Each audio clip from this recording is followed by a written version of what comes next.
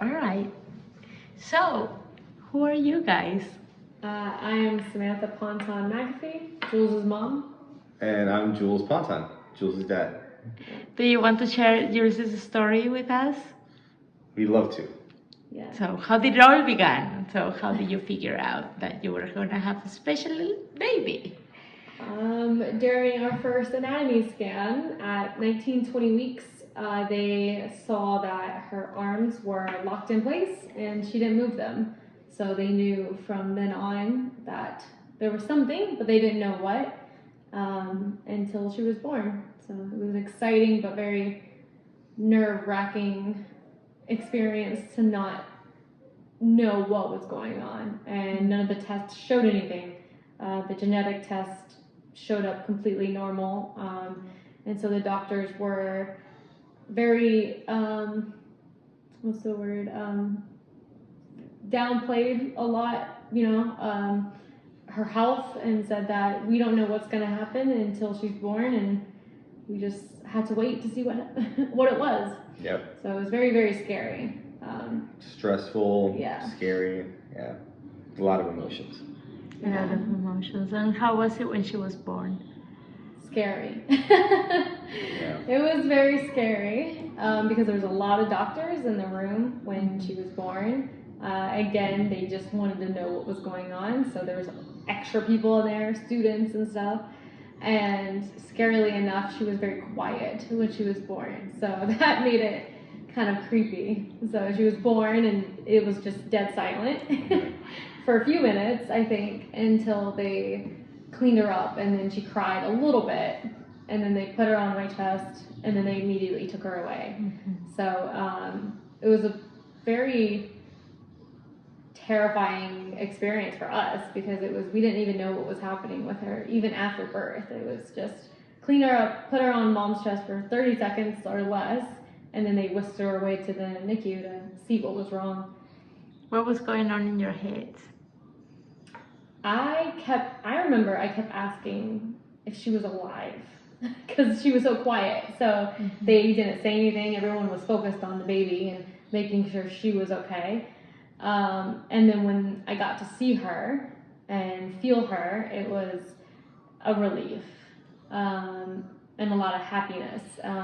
But again, I think that fear was probably the overriding emotion for me on that day and the days following when we didn't have any answers. Yeah. I think for me it was a lot of love, right? It's our one and only kid. And yeah, I was scared, but I was also in like father figure mode. Like I have to, what's the next step? What's the next thing that needs to be done? That we need to figure out. What's the next answer we need to get through the problem and solve it, right? And that's how I kind of mentally processed everything. And so, she's born, and then the next step is get her to the NICU to treat her and all these things. And in between, you might get a bite. I got hungry, so I'm gonna go get something to eat. Try to not think about it. But then when I came back to it, it was like, what do we have to do to get to the answer? And I think in a way that helped me because it almost like I didn't have time to worry. I had to kind of put all the effort into helping solve the problem, even if we weren't doctors, we were still the parents, right? So that's how I felt. Yeah, I think researching helped me. Like it was scary and something I wish I hadn't done, but also it was nice to see, and I wish I had connected on social media sooner because there's so many parents out there who went through the exact same thing and felt the exact same emotions, but because of my lack of access to social media, I was relying on Google, which was not a good idea. Yeah, Google doctor is scary. Yeah. Google doctor is scary for sure, yeah. And what would you recommend to a new parent that is finding this big word for the first time? Now that you're mentioning no Googling it. So I think the first thing that immediately comes to mind is that, and you might, agree with me on this, you are your kid's biggest advocate. And so you are equally important with the medical team in your kid's care.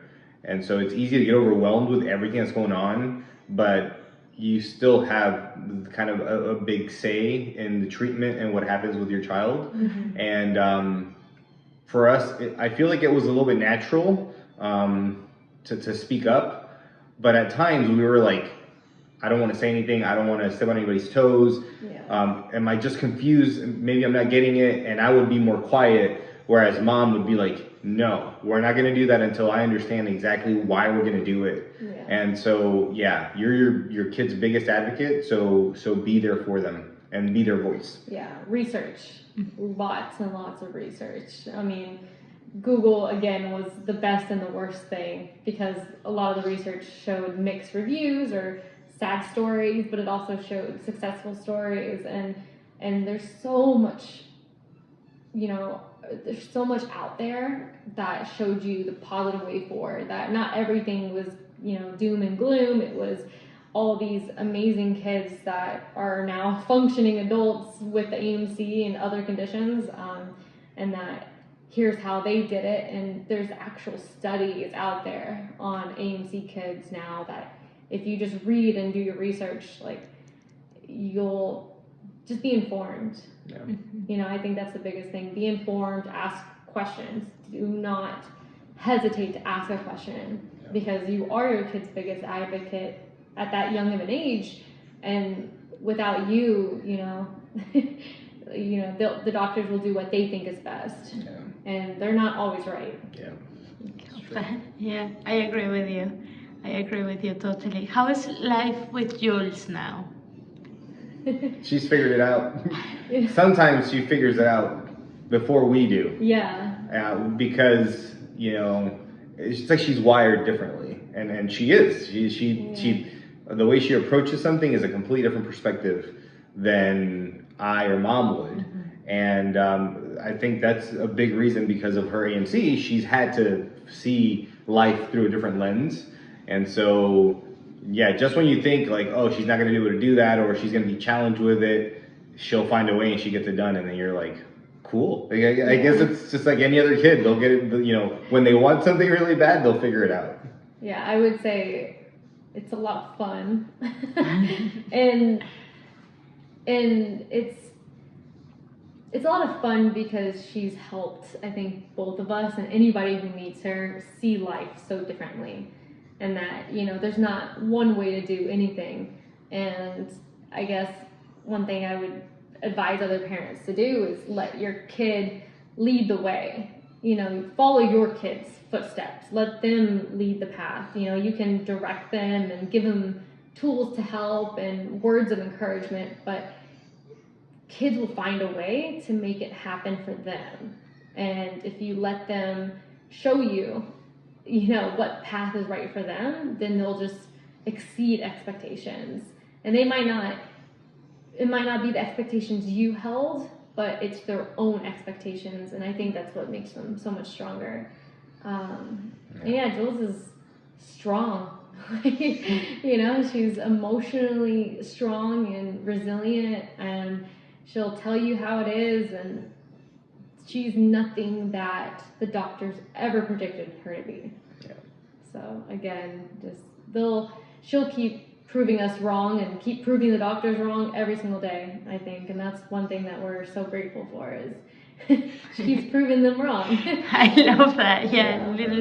Little fighter. Yeah. If I make sure that Jules sees this video in 15 years, what would you like to tell her? Oof. It might make me cry. I'll say that, obviously, Jules, we love you very, very much. And we're proud of everything you achieved. And we knew whatever you set your mind on, we knew you'd do it. So we love you and we're proud of you.